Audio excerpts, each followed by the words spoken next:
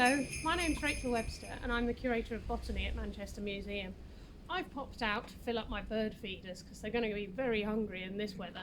I got distracted by how beautiful the snow is that's falling on the ivy growing up this wall.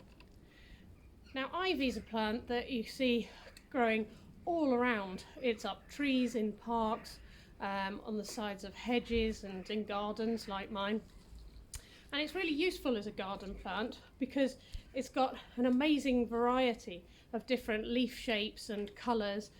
You can get ones with just green leaves or ones with a bit of gold and silver.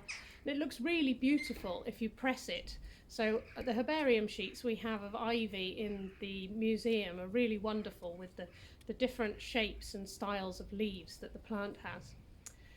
Now at Christmas time you'll see it on quite a lot of decorations and Christmas cards, and of course it's got second billing in the Christmas carol, the holly and the ivy. So it's got a long use as a decoration at this time of year. And you can see how when it's cold and wintry outside, it's really jolly to have something evergreen in your house that reminds you of the spring that's going to come.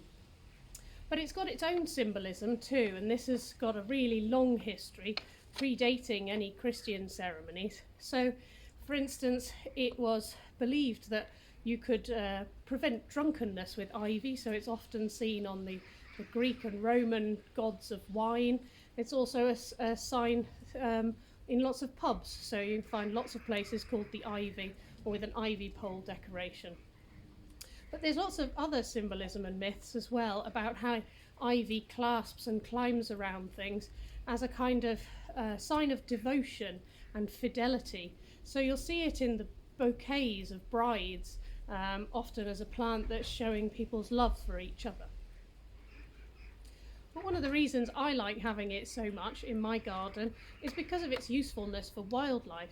So here it's a lovely screen for all the little birds to hide in while they pop out to come and visit the bird feeder. But because I let it grow big, it also gets large enough to flower. So ivy has really interesting flowers late on in the year, about September to November time. So it's really useful for pollinators that are out looking for nectar at this time of year. Things like bees and hoverflies that otherwise aren't finding very many flowers.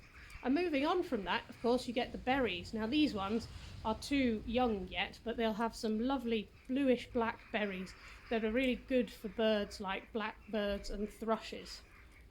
So I'm hoping that I'm going to get lots of visitors to my big ivy here all the way through the winter.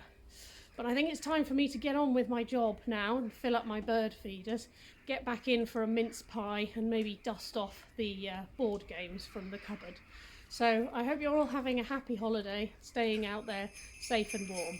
Bye.